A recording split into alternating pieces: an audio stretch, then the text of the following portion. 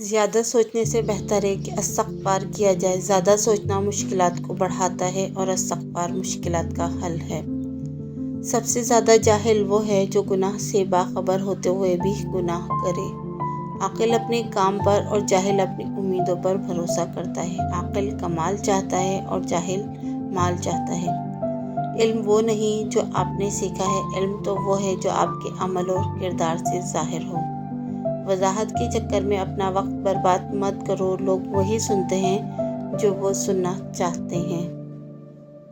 بات ہمیشہ تمیز سے اور اعتراض دلیل سے کرو، کیونکہ زبان تو حیوانوں کے منہ میں بھی ہوتی ہے مگر وہ علم اور سلیقے سے محروم ہوتے ہیں۔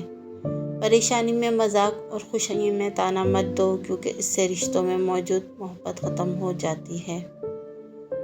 زندگی میں اس سے زیادہ افسوس کا اور کیا مقام ہوگا جب آپ کے خلوص اور اچھائی کو بھی مطلب سمجھا جائے۔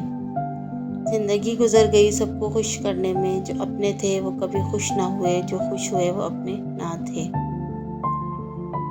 آپ 40 سال کے ہو جائیں تو سمجھ لیجئے زندگی کی عصر ہو چکی ہے۔ اپنے اخلاق، کردار اور آخرت کی طرف توجہ دیجئے، کیونکہ عصر اور مغرب میں زیادہ تاخیر نہیں ہوا کرتی۔